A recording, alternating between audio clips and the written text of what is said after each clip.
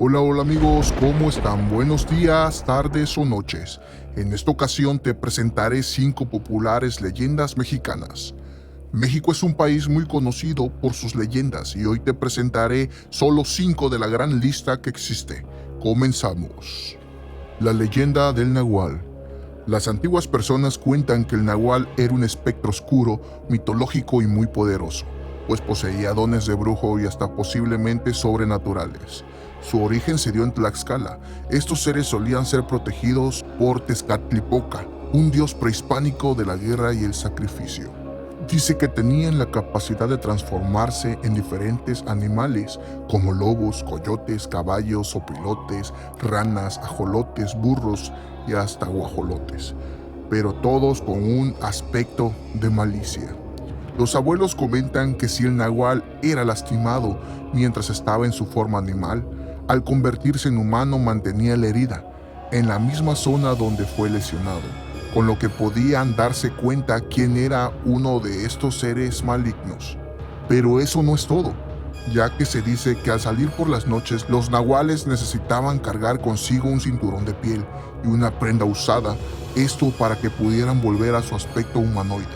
Hoy en día se ha comprobado que aún siguen entre nosotros haciendo sus transformaciones. El árbol del vampiro. En el estado de Jalisco existe una historia del año 1880, en el siglo XIX. Los pobladores cuentan que en esa época había un extranjero, un hombre que había llegado de Europa, muy elegante y a la vez misterioso.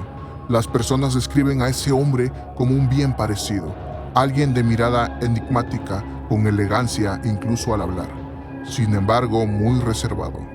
Todo parecía transcurrir de manera normal, hasta que sin motivo aparente empezaron a aparecer muertos distintos animales de la zona, como perros, gatos, caballos. Pero la muerte de estos animales no ocurría de manera normal. Todos ellos aparecían sin sangre y con señales de haber sido mordidos en el cuello. Los habitantes de Guadalajara atribuían las muertes a una epidemia, y tiempo después no solo eran animales, sino también personas. Todos compartían la singularidad de no tener sangre. Todos concluyeron que los actos eran obra de un vampiro y señalaron al extranjero, lo que provocó que quisieran acabar con él. Buscaban acorralarlo o exorcizarlo, pero sabían que la única forma de deshacerse del vampiro era enterrar una estaca en su corazón. Y fue justo esto lo que pasó. Un día, atemorizados, le clavaron en el corazón una estaca hecha con una rama de camichín y lo enterraron en el panteón de Belén. Mucho tiempo después, de la tumba del vampiro surgió una grieta donde salió una rama que terminó convirtiéndose en un enorme y majestuoso árbol de camichín. El árbol no ha sido cortado por temor a que suceda algo, y algunos habitantes aseguran que cada vez que una rama de dicho árbol es cortada, caen gotas de sangre. Hoy en día sigue ese lugar y puede ser visitado por quien tenga el valor. El charro negro. El charro negro nació en una familia muy humilde, algo que nunca aceptó, y aunque siempre tenía las manos llenas de tierra por su trabajo, nunca logró las riquezas que tanto deseaba. Incluso a veces prefería quedarse sin comer para juntar unos pesos y poder comprarse un buen sombrero. Al morir sus padres, su pobreza aumentó, pero su ambición creció más, por lo que en su desesperación invocó al diablo para pedirle fortuna. Por supuesto que la petición fue aceptada, dando a cambio su propia alma. El charro negro gozó de sus riquezas, obteniendo vinos, mujeres y apostando sin traerle remordimiento alguno. Aprovechó el dinero para comprarse finos trajes que lo hacían ver respetable y resaltaba su galanura. Claro que todo esto le trajo felicidad por un tiempo, pero no pasó mucho para que comenzara a sentirse solo. La gente ya lo buscaba solo por conveniencia, sin tener un afecto real hacia él. Hasta que un día llegó el momento de saldar cuentas con el ente maligno, quien ya quería el alma del charro negro. Por supuesto que intentó esconderse y escapar, pero nada de eso logró que el pacto se deshiciera. Con su actitud solo consiguió enojar al ser que lo perseguía. Tanto fue su enojo que convirtió al charro negro en el cobrador de sus deudas.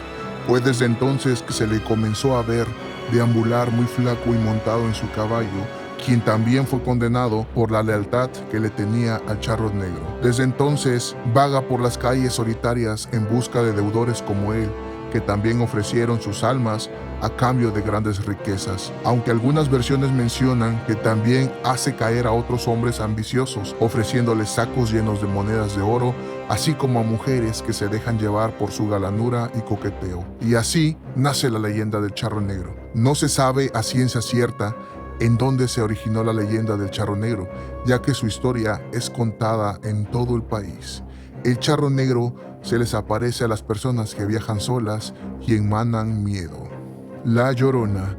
Existen muchas versiones de esta leyenda, pero te contaré una de ellas. La historia cuenta que una mujer indígena, pero con buenas facciones, tuvo un romance con un hombre español, relación de la que nacieron 3 hijos, a quien ella atendía devotamente. Pero el padre de ellos no parecía estar muy contento con la relación, pues cada vez que ella buscaba acercarse a él se negaba.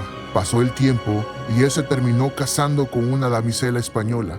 Ella no pudo con el sucedido y perdió la razón. Aquella mujer indígena se dirigió al lago de Texcoco y ahí ahogó a cada uno de sus hijos para luego ella quitarse la vida. Desde entonces se dice que se escucha el lamento de una mujer joven arrepentida de haber matado a sus hijos. Se dice que grita por sus hijos y que se puede ver vestida de blanco y que deambula por todos lados buscando encontrar a sus hijos. La isla de las muñecas. Se dice que un comerciante de esta zona, conocido como Don Julián, en uno de los recorridos en su chinampa se percató de que en la orilla del lago yacía un cuerpo de una niña. Desesperado trató de reanimarla en múltiples intentos que resultaron inservibles, pues la pequeña ya había perdido la vida. Luego de este suceso, don Julián se sentía constantemente intranquilo y atormentado, lo que le hacía asegurar que el espíritu de la niña se encontraba atrapado en su chinampa. Preocupado por encontrar una solución, el hombre se le ocurrió colgar un par de muñecas para intentar ahuyentar las energías malas. Conforme pasaba el tiempo, don Julián comenzó a recoger todas las muñecas que encontraba a su paso y recorridos, mismas que colgaba en la isla hasta convertirla en el sitio que hoy en día conocemos, es decir, una pequeña chinampa que en teoría podría recorrerse en 10 minutos, pero que se encuentra repleta de cientos de muñecas con aspectos tétricos. La mayoría están rotas, sucias o despeinadas.